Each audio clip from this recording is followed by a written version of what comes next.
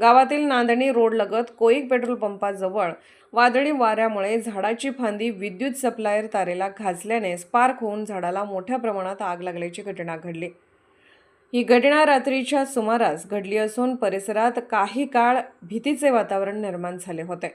मिळालेल्या माहितीनुसार जोरदार वाऱ्यामुळे झाडाची फांदी थेट विजेच्या तारांवर आपटली। यावेळी स्पार्क होऊन झाडाने पेट घेतला। आग लागल्यामुळे मुख्य सप्लायर तारही तुटली आणि परिसरातील वीज पुरवठा खंडित झाला।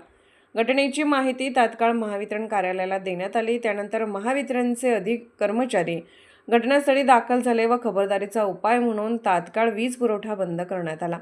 सध्या सकाळपासून महावितरणकडून झाडाच्या जळालेल्या फांद्या तोडण्याचे तसेच तुटलेल्या वायर दुरुस्त करून वीज पुरवठा सुरळीत करण्याचे काम सुरू आहे। नागरिकांनी देखील सुरक्षिततेच्या दृष्टीने सहकार्य करण्याचे आवाहन करण्यात आले आहे। सतर्क लाईव्ह न्यूजसाठी प्रतिनिधी हैदर अली मुजावर, शिरढोण।